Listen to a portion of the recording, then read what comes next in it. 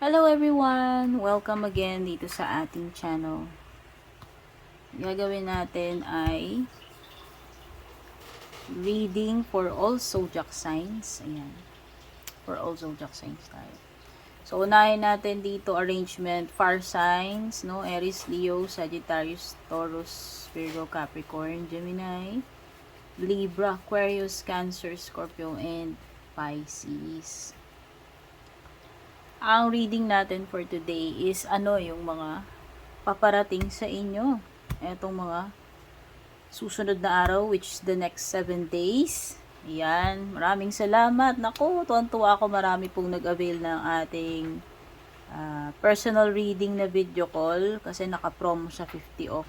No? So, mga gustong humabol, PM lang kayo. Maraming salamat sa ating mga viewers dito sa Pinas at sa ibang bansa, sa mga laging nag-aabang, susubaybay, nagiiwan ng mga wonderful comments, yan, yung mga sumusuporta sa atin sa YouTube and Facebook. Yan. Thank you so much sa ninyo, sa mainit na pagtangkilik. Ayan, simulan na tayo kay kay Aries. Huwag kayong magagalit guys kung ura-urada hindi ko nasasagot yung mga messages ninyo. Syempre, may iba rin tayong ginagawa. Hindi naman ako nakadilat na lang yung mata ko, nag-aabang ng mga magi-inquire, no? Syempre, may buhay din tayo. May iba rin tayong ginagawa. At madalas busy, no? Syempre, kung hindi naman busy, nasasagot naman, nakikita naman yung messages ninyo. Ayan. Aries, ano yung mga paparating sa'yo next 7 days? Uy, mukhang mahilig ka bang mag-tong eats, Aries? May literal na gambling dito, sorry naman baka kasi iba mahilig maglaro, mag-tong eats, taya-taya, ayan.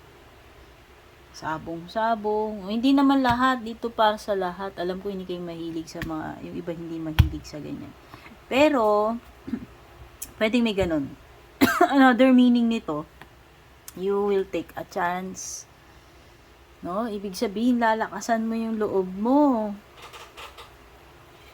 Kumbaga, halimbawa, meron kang crush na nakikita mo tuwing umaga, dumadaan sa tapat ng gate ninyo, bumibili ng pandesal doon sa bakery katabi ng bahay ninyo. So, siguro, bukas, lalakasan mo na yung loob mo, aabangan mo na siya, and magpapakilala ka. Ayan, pwedeng ganun, basta merong dito may gagawin ka na lalakasan mo yung loob mo, itatry mo, susubok ka, no? Magbabaka sakali ka. Magbabaka sakali ka dito, Aries, no? Ano pa?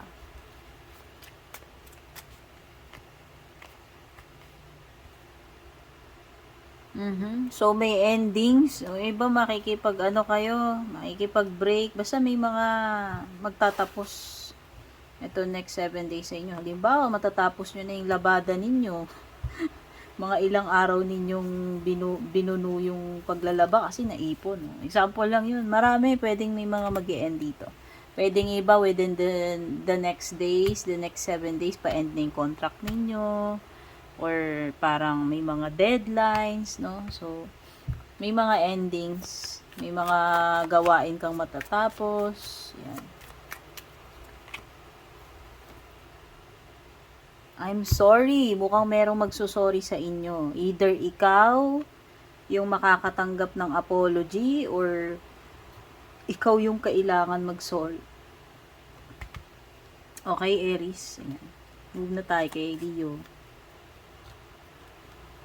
Pasensya na guys, nasisinok ako.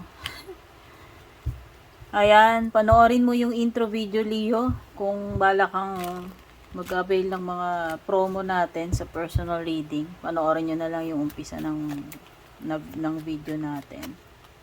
Ito yung mga paparating sa'yo, Leo. Meron ka ditong missing, thinking of you. Uy. Baka namimiss mo na si person. Ano ba to? LDR ba kayo? O wala na? Nag-break na ba? Nasa ibang pugad na ba si person? Basta meron kang namimiss. Oh, namimiss mo siya or namimiss ka niya? Basta merong nakakamiss dito. Uy, reconciliation. So, may nangangamoy batian dito, may magkakabate, may magiging together again, no? So, maaaring iba babalik na, may mga babalik na person sa buhay ninyo. Jowa nyo man ito o hindi. No, may healing may healing pagdating sa connections. And you have keeping secrets. Yung iba may madidiscovery kayo na merong tinatago sa inyo si person or kung sino man. Magkakabukingan na ng mga tinatagong sikreto. Ayan. Leo. Next naman is Sagittarius. Yan. Ano ba yung mga posibleng paparating sa iyo, Sagittarius?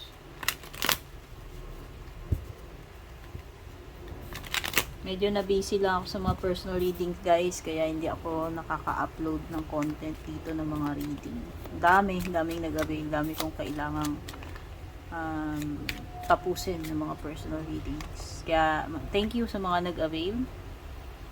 Ay, yung iba in pain. Meron kayong mararanasang masakit na experience. Yung tipong para kayong nagdudusa sa sakit, hirap na hirap. Sana naman hindi naman injury ito or what, no? Pero meron ditong parang makaka-experience kayo ng painful situation etong next 7 days. Dating, wow, iba may nakatakdang date tong mga susunod na araw, pwedeng blind date. Ayan, kasi you are about to meet someone new. Baka may nakausap ka, na-meet mo sa kung saan, pwedeng nireto. Basta merong, may mamimit ka person. O pwedeng na-meet mo sa chat, online, sa mga dating apps kung mahilig ka dyan. O pwedeng nireto sa'yo. Basta merong meet up, may date. O, yung mga iba dyan na may mga jowa na, ayan, may pagtatagpo, may dating na magaganap.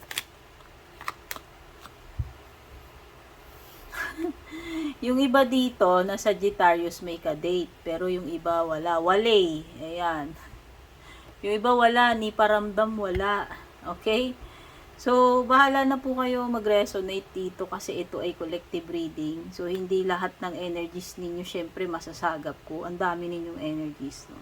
Kumbaga, hindi specific, hindi eksakto sa inyo yung mga energies na masasagap ko rito. Kaya bahala na po kayo mag-adjust. So, ayan, pwedeng iba no contact, walang pansinan, no? Ayan, next is Taurus. Tignan na natin, Taurus. Ano ba tong mga paparating sa'yo next 7 days? Panoorin mo yung intro video, Taurus, kung balak mo mag-avail ng promo ng mga personal reading services ko. Andun lahat yung info.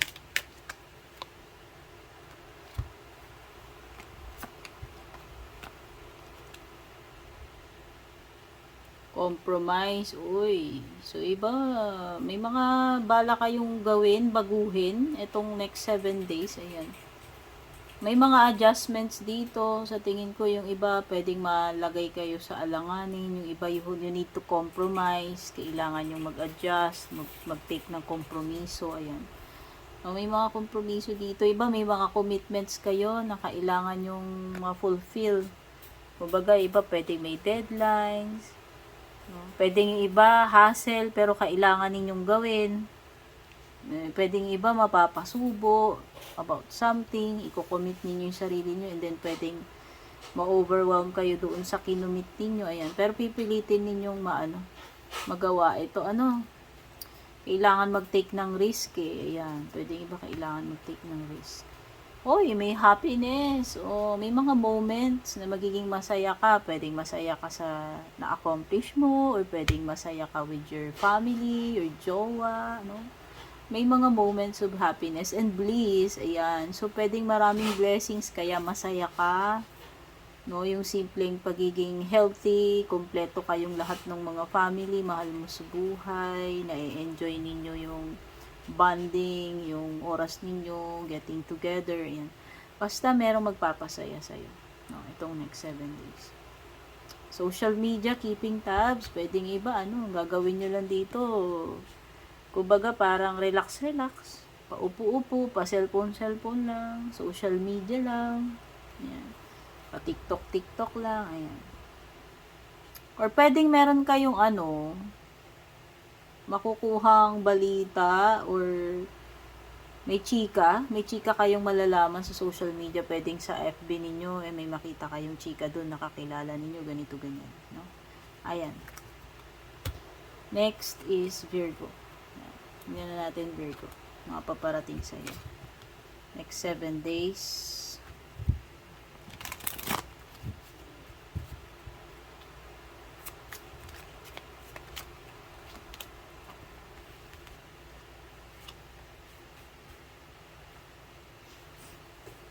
Naku, may mabubunyag na katotohanan sa'yo dito, Virgo. Ayan, oh. Siguro may magpapaka-honest dito, aaminin na niya. So, pwedeng may revelation, confession kang marireceive. Or ikaw, may paprangkahin ka, or someone na may magpaprangka sa'yo, sasabihin yung totoo, diretsahan. No? Merong something na paglitaw ng katotohanan, speaking the truth, or receiving clarity or confirmation. Kasi parang may malalaman mo na yung katotohanan dito. Or ikaw, kung ikaw yan, na kailangan mong sabihin yung totoo. Healing and releasing. So may mga kung may mga ina-expect kayo, mga hinihintay ninyo, mga nakaproseso, ina-applyan. So may mga bagay na marirelease na dito. So pwedeng may mga marireceive ka na ganyan. Or releasing to parang nila-let go. Ano man itong mga pamimigay ninyo, bibitiwan nyo na, tatapusin nyo na, basta merong mga bagay dito meant to be released. Hindi nyo na ikikip, bibitiwan nyo na. Give up na, ayan yung mga ili-let go, i-give up ninyo. Merong toxicity dito, wow. So, parang may kinalaman sa person, sa jowa. O, pwedeng iba sa inyo, you will release this toxic person sa buhay mo. Jowa mo man yun, hindi. Ayan. So, pwedeng may break up para sa iba. Okay? Virgo, lipat na tayo kay Capricorn. Ayan. Ano ba tong mga dapat mong malaman, Capricorn? Yung mga paparating sa'yo itong next 7 days.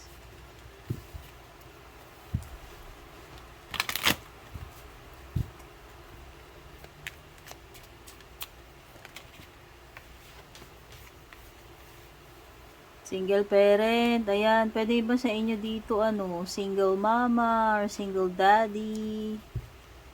Solo kayo sa buhay, tapos may Junakis, ayan. O, pwedeng baby pa, bata pa. So, pwedeng iba sa inyo, aligaga kayo sa mga ninyo, errands ninyo.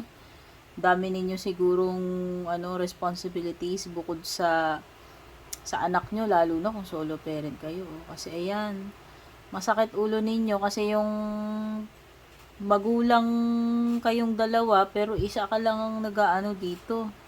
Isa ka lang ang nabibigatan dahil pwedeng nasa custody mo yung bata. So, as a solo parent. Kasi irresponsible yung yung partner mo, yung jowa mo, or yung asawa mo. So, pwedeng iniwan niya sa'yo yung bata. Tinambak sa'yo lahat ng responsibilities and then wala siyang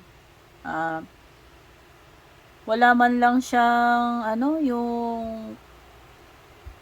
wala man lang siyang guilt or responsibility na makipag-share doon sa mga responsibilidad na dapat kayong dalawa yung nagdadala.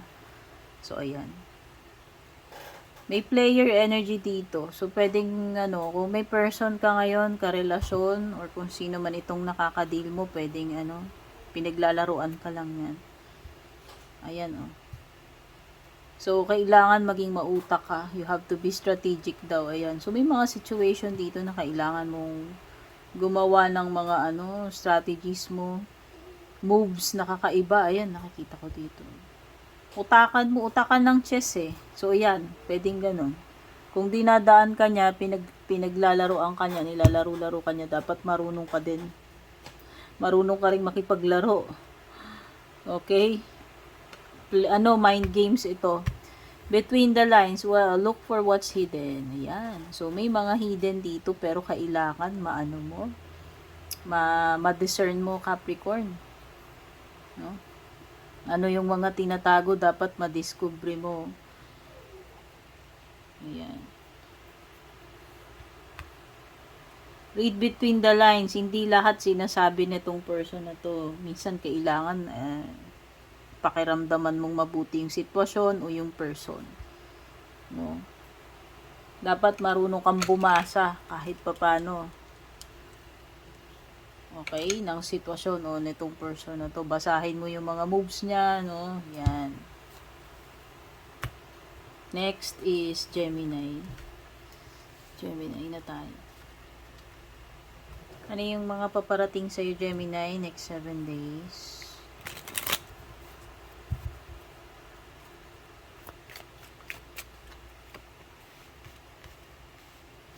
Ex-lover. Uy, old spark. Oh, ang nakaraan. Wow, missing and thinking of you.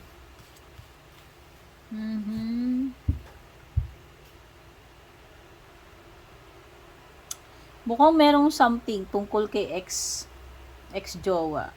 Ayan, ex-lover mo. O, pwedeng ikaw yung nakakamiss sa kanya or pwedeng siya yung nakakamiss sa'yo. So, merong pabago-bago dito na na person. Pwedeng pabago-bago yung isip niya, pabago-bago yung ugali, pabago-bago yung feelings. Ayan. Someone who is, ano mo tawag dito?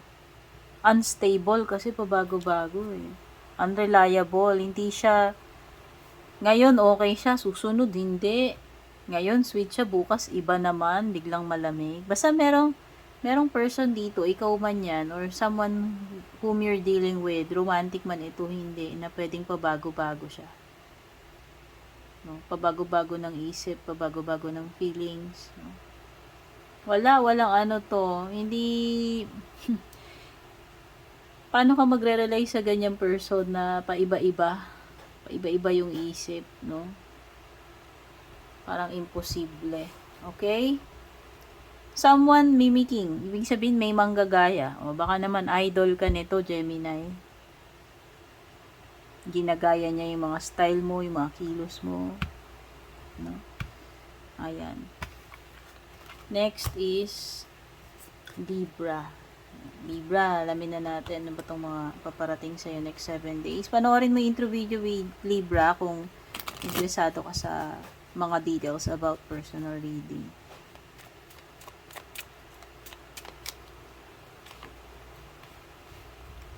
Hurting. Wow. Ano to? Sobra naman tong agonizing pain. Ibig sabihin sobrang sakit, Libra. Sana wala namang mangyaring ganyan sa'yo.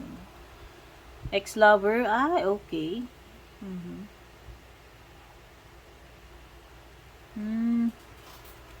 So, may mga situation dito, Libra, na may tendency na itong past person mo. Ayan, si ex-lover merong something tungkol kay kay past person dito. Parang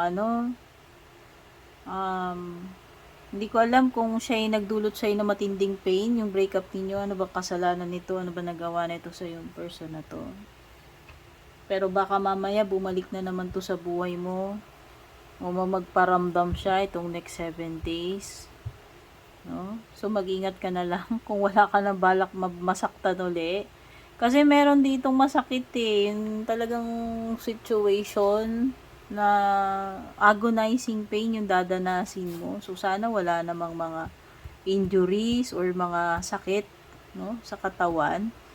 So, ayan. Pray lang tayo, tsaka syempre pa-check up tayo.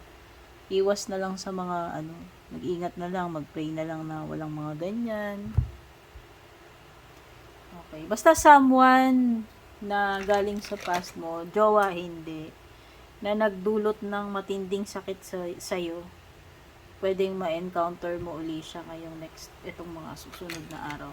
Baka magkaroon ng magkaroon ng encounter connection, or pwedeng bumabalik-balik lang yung mga memories sa iyo nung mga past na nangyari sa iyo, yung mga masasakit na bagay na yan.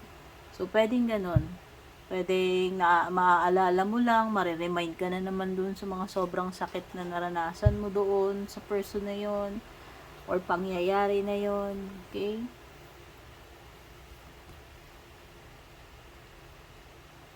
Merong kumokopya dito ng mga ginagawa mo, Libra, gaya-gaya. Okay, pwedeng content creator ka, tapos itong person na to, hindi ko alam, parang kinukuha niya lahat yung mga ideas mo, ginagaya niya, hindi ko alam kung sobrang idol ka lang ba talaga nito, o wala lang talagang originality itong person na ito. No? Ayan, so may ganyan, and bukod doon, pwedeng, meron dito na parang sitwasyon na kung ano yung ginagawa, ibabalik. Parang mimicking parang binabato lang niya. Halimbawa,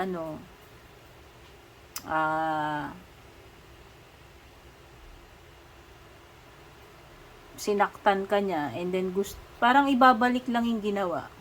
Halimbawa, binagsakan ka ng pinto. Parang babagsakan mo rin siya ng pinto. Basta parang may ganung energy na parang binabalik lang yung ginagawa.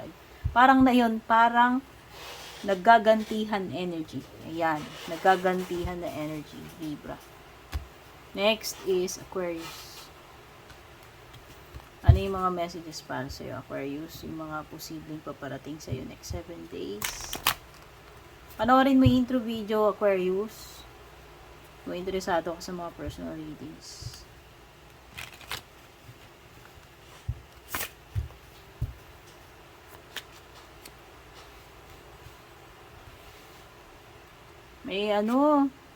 May biglaan dito. Ano ba to? Biglaan lakad? Meron bang mga bagay na shocking or ikakabigla mo? May mga pangyayari na hindi ko alam maganda to or pangit. Basta may mga moments na nakakagulat, nakakasurpresa itong next 7 days. May mga mangyayari na hindi mo inaasahan, yan. Okay. Pwedeng iba dadalaw kayo sa loved one ninyo sa cemetery. Ayan, may gravestone. Okay. Baka may loved one kayo, regular ninyong binibisita, or pwedeng naging busy ka, tapos ngayon ka lang ulit dadalaw dun. Basta may mga ganyan. Or meron ditong parang hindi na pagbibigyan uli. May no second chances. So, no, ibig sabihin. Pwedeng rejection, pwedeng nadala na, hindi na uli pagkakatiwalaan, hindi na bibigyan ng second chance. Yan, may mga ganyan. Watch your back, may kalaban ka, Aquarius. Watch your back. So, merong potential na enemy dito next 7 days. Okay? Cancer. Ano yung mga paparating sa'yo? Panoorin mo yung intro video, Cancer, kung interesado ka sa personal readings.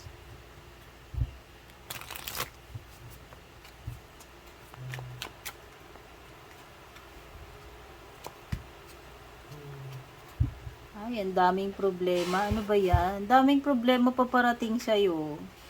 Cancer. Ayan. So, ihanda mo na yung sarili mo. At mukhang may mga situations dito na hindi magkakaroon ng maayos na ending or solution. May mga endings na, may mga situation na walang matinong na pagkasunduan. May mga situation na hindi successful yung outcome. Ayan. So, expect mo ang daming hassles, delays, problems paparating sa'yo itong next 7 days. Merong makikipag-reconnect sa'yo. Ayan. May kukontak sa'yo, magre-reach out. Person. Kasi may unfinished business kayo nitong person na to. So, baka may mga bagay kayong dapat linawin sa isa't isa. Pwedeng yung iba magkakaroon kayo ng heart-to-heart talk. Yung iba pwedeng confrontation, tanungan, ano na ba, no? So, may mga bagay kayo dapat isettle with someone, jowa man hindi. May mga bagay na dapat pagkasunduan, pag-usapan, ayusin, no? Ayan, basta merong connecting, whether magpaparamdam lang ito o talagang actual na magkikita kayo. Ayan, Cancer. Next is Scorpio. Ayan. Ano yung mga paparating sa'yo, Scorpio? Panoorin mo na lang yung umpisa ng video para sa mga karagdagang information, lalo na kung gusto mo mag-avail ng personal reading.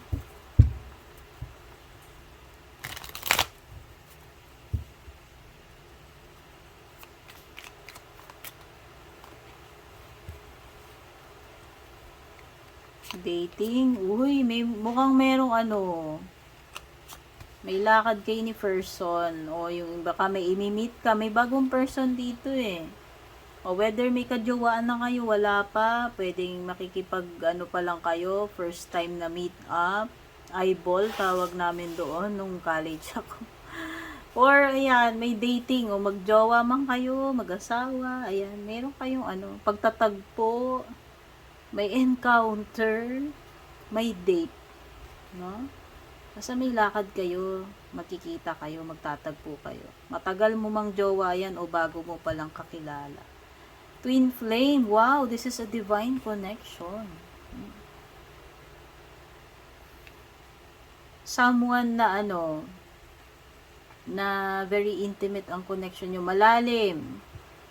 Malalim ang connection nitong person na to. Pero yung iba nga pwedeng bagong person, pero parang kahit bagong person, parang palagay na agad yung loob mo, no? Halimbawa lang na bago ka dyan sa person na yan. Okay, may mga sagabal din dito, hindi ko alam ano to. May mga hassle, may mga aberya, sabihin na natin. May mga humahad lang, may mga istorbo, ayan. Okay. Next. Pisces, last but not least, ano yung mga paparating sa'yo, Pisces? Panoorin mo na lang yung umpisa nitong video, Pisces, kung gusto mo mag-avail ng mga personal reading services. Nandun lahat yung detalye. Tignan na natin mga paparating sa'yo, Pisces, next 7 days.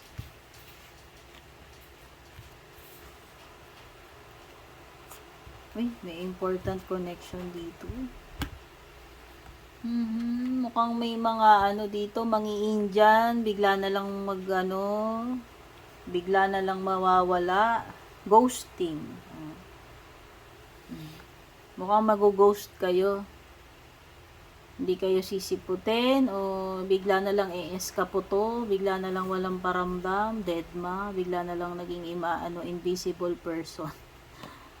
Okay, so nakatakda na ikaw ay mag-ghost ngayong next 7 days, Pisces, kaya ayan,